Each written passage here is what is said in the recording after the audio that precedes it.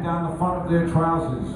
And it was when I read that, age 14, that I knew one day I would play at Summer Sundae here in Leicester.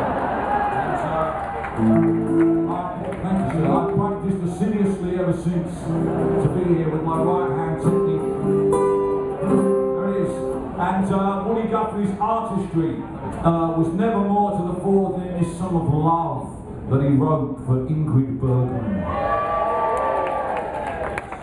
We did try, me and Wilco, we did try it out once or twice, this song as Uma Thurman, but it didn't have that same response as Ingrid Bergman. So, if you don't know the story, Ingrid Bergman was a film star in the 1940s. She was married to a brain surgeon in the United States of America. She was Swedish. She went in 1948 to make a movie on an active volcano called Stromboli off the coast of Italy. Before the days of CGI, they used the actual real volcano as a backdrop for the movie. And while she was there, she fell madly in love with the director of the movie, and the end result was Isabella Rossellini. But America was outraged by this because, as I said, she was married, and America totally rejected her, apart from one guy from Oklahoma with his hands down the front of his trousers. He felt something move, stir in his inspiration, and with his spare hand he wrote these lyrics I'm going to play for you now. So I want you to think for the next 3 minutes it was Woody Guthrie who made love to Ingrid Bergman on the slopes of that Italian volcano, and that the end result was Isabella Guthrie. I don't think she would have got the Revlon ads, but I've got a feeling David Lynch might have still been interested. And there's always a frisson that goes through the audience when I introduce this song, not so much about Woody and Ingrid, more about the volcano. You'd be surprised how many students and professors of geology come to my gigs, and volcanology is the only, most exciting part of their day, their job. Everything else is pretty still.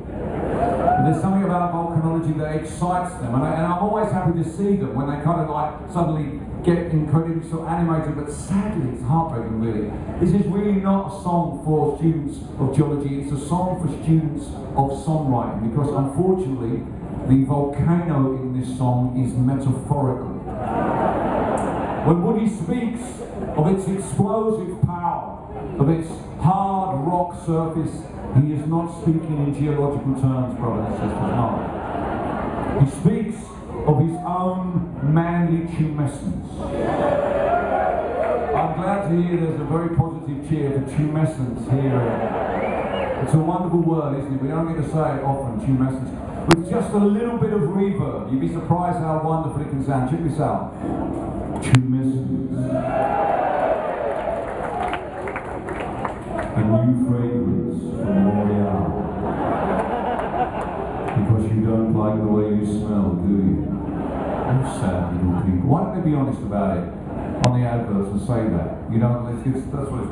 I use the word, by the way, I use the word tumescence, not because it's nice to say OPA, but because you may have noticed that we're of the age now that some people are bringing their kids along to the show. And I don't want to be I don't want to be the person who kicks off a rather difficult discussion in the car on the way home.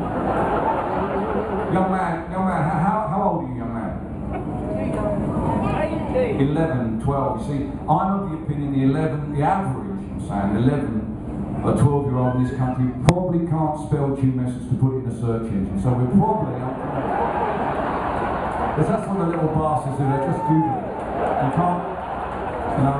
When I was your age, son, I was at a Christmas party with my dad and my Uncle Stan, and they were telling each other a joke. And all I called was the punchline, which was, one had a stroke and the other one couldn't reach, and they both laughed. They both laughed, and my dad said, I'll tell you when you're 18, and he never did. He never did tell me that. I had to look it up on the internet, I had to put that on an internet search engine, and eventually, obviously, it took me to the joke about the two nuns on the bus.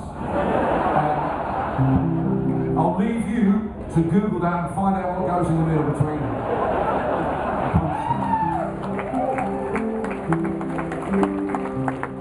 I've got totally sidetracked on this, I'm sorry about that. It's just, basically the volcano is this prick. Has everyone got that? He's still looking quizzical at me, I'm in good territory, it's good. It's good. One last little thing. In the first stanza, Woody Guthrie types, Ingrid Bergman, you're so purty. P-E-R-T-Y. Now, it might mean pert, like in a pretty, but like in a Bruce Springsteen song, or he may mean excessively pert. And my experience with the little guy is, if there is a rather smutty double entendre that he can hit, he's going to go for it. So check this out. This is called Ingrid Bergman.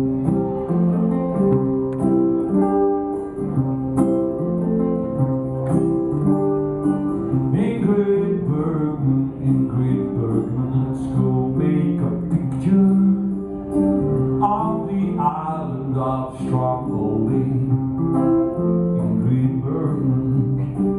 Ingrid Bergman, you're so pretty.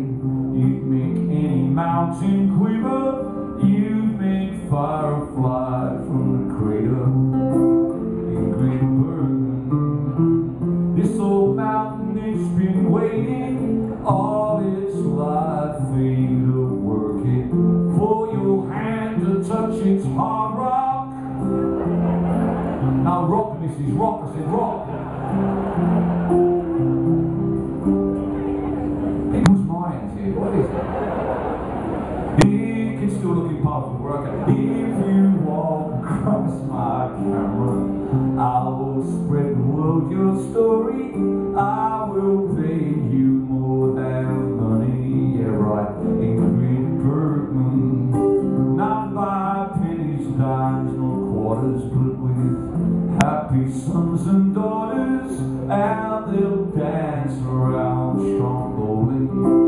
Ingrid Bergman, this old mountain, it's been waiting all its life for you to work it, for your hand to touch its hard rock. Ingrid Bergman, Ingrid Bergman, yeah.